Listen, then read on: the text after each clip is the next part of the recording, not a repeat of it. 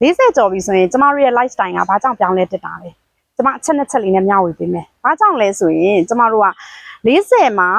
ရဲ့နောက်ပိုင်းမှာဘဝကိုစတယ်မှန်တာပေါ့ကျမတို့ရဲ့စားတောက်မှုနေထိုင်မှုပုံစံတွေအားလုံးကိုချိန်ပြလိုက်ရတာဒါဆိုရင်ကျမတို့ကနေ့စဉ်ဘယ်လိုစားတောက်မလဲကျမတို့စီကြောတွေရှောင်းမယ်ကျမတို့ရဲ့အစားအသောက်မှာအတွက်ကျမတို့အာဟာရဖြစ်စေတဲ့အရာတွေကိုရွေးချယ်စားတောက်ဖို့လိုအပ်တာပေါ့နော်ပြီးရင်ကျမတို့ကနေထိုင်မှုစားတောက်မှုနံပါတ်1အချက်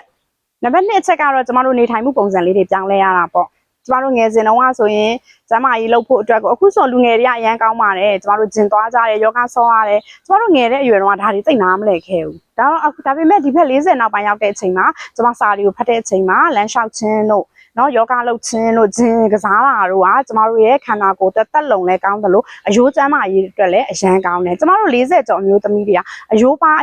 တွေကိုဖြစ်နိုင်ဖို့ကဖြစ်နိုင်ခြေရအရန်ကိုများတယ်နည်းနည်းဆိုရင်ကျိုးပြီးနော်ပြီးပြီဆိုရင်ကျမတို့ကစား6တယ်ရေများများတောက်တယ်ဒါဆိုရင်ကျမတို့အတွက်တနေ့တာ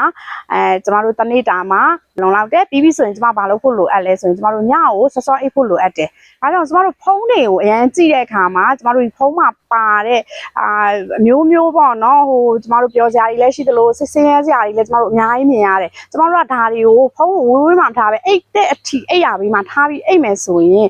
အပူတောကတွေအများကြီးကျမတို့ရဲ့မသိစိတ်ကိုလွှမ်းမိုးသွားတဲ့အချိန်မှာကျမတို့ကဖိစီးမှုစိတ်ကိုနဲ့မဆိုင်တဲ့စိတ်ဖိစီးမှုကိုရရှိတတ်တယ်ဒါတော့ကျမတို့ကမအိတ်ခင်မှာတနားရီလောက်ကိုဖုန်းနဲ့ဝေးလေးနေဖို့လိုအပ်တာပေါ့နော်ပြီးပြီဆိုရင်ကျမတို့ကတနေ့တာဖြတ်တန်းမှုအတွက်ဘယ်လိုမျိုးပုံစံလေးတွေသွားမလဲဆိုတာလေးကိုညကလေးကစိတ်ကူးရင်လို့ရတာပေါ့နော်ဒါကြောင့်ဒီနေ့ကျမရဲ့မိတ်ဆွေတွေကိုကျမပြပြချင်တာကတော့ကျမရဲ့ဒီဗီဒီယိုလေးကအကျိုးရှိတယ်ဆိုရင် follow လေးလုပ်ပေးခဲ့ပါသမီးတွေရဲ့